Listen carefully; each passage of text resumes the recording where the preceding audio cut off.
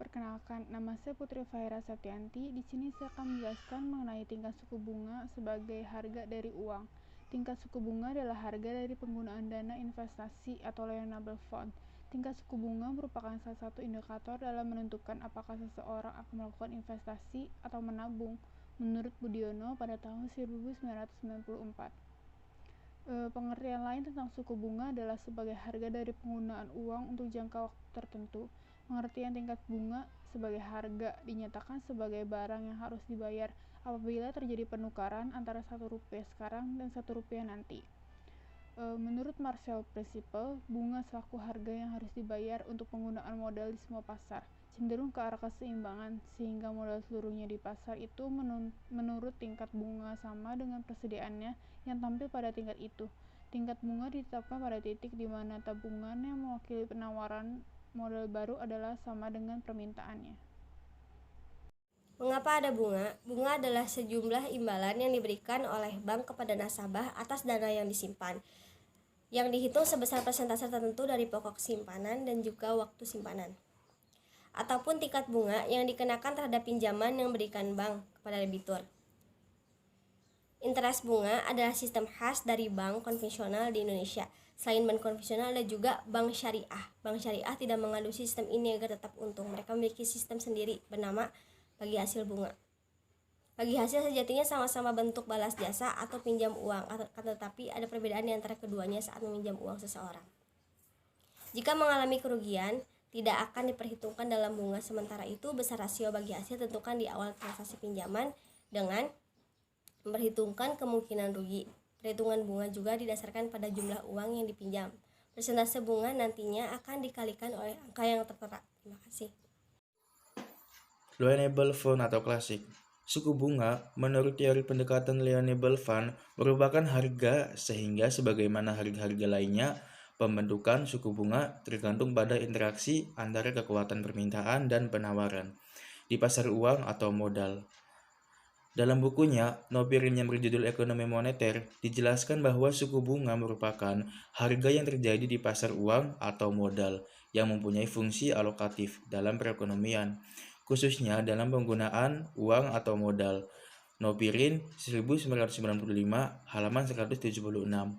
Berdasarkan pendapat ahli dan teori tersebut, maka teori mengenai rigiditas suku bunga dapat dijelaskan dengan pendekatan teori rigiditas harga.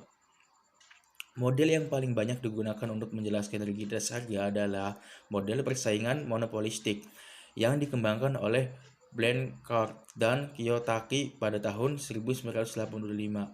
Permintaan agregat dalam model ini ditentukan oleh jumlah uang beredar atau nominal atas dasar asumsi konteks return dan konteks disutility of work, maka marginal cost bersifat horizontal dan kurva permintaan memiliki elastisitas yang konstan.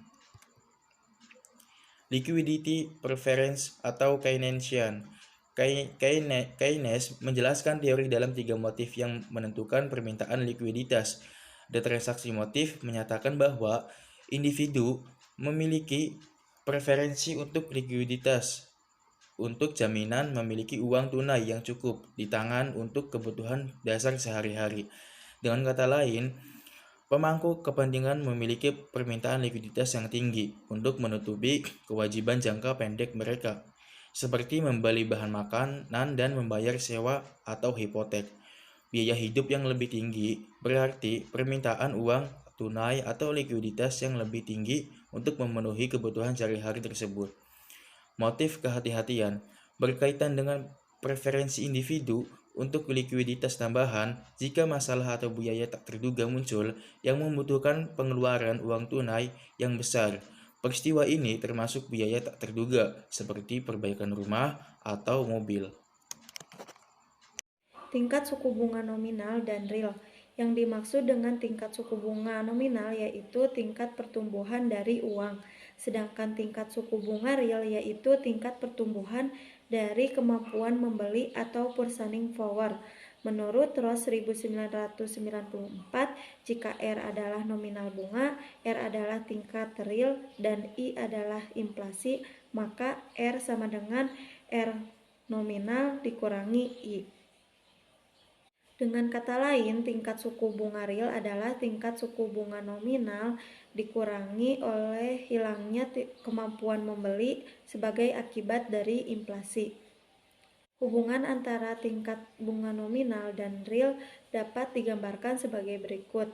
R tingkat real sama dengan R bunga nominal dikurangi 1 dibagi 1 ditambah I inflasi. Baik, saya Osi Ainun Faradila akan menjelaskan materi mengenai teori paritas tingkat suku bunga. Teori paritas tingkat suku bunga terdiri dari dua bentuk.